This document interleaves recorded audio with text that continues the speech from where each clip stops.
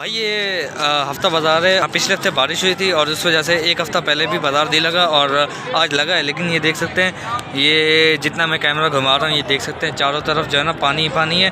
और हाँ, किनारे किनारों पर जो है ना स्टॉल्स लगे हुए हैं और एक ये दो लड़के हैं इन्होंने भी लगाया हुआ है और काफ़ी मेहनती लड़के हैं।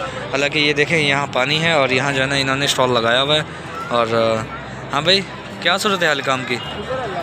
अच्छा, तुम बताओ भाई क्या सूरत हाल है?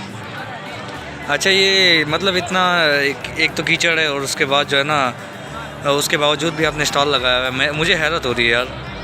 हाँ, नहीं तो ऐसी सूरत हाल हो तो लोग छुट्टी कर लेते हैं और बड़े मेहनती लड़के हो यार तुम। अच्छा चलो सही है। इतनी छोटी सी उम्र में और इतनी जिम्मेदारियाँ आ गई है, इसकी वजह क्या है? घर के थोड़े से हालात हो तो निकलना पड़ेगा। अच्छा, थोड़े हालात तो ख़राब हो जाते हैं। अच्छा चलें सही है। ये देख सकते हैं आप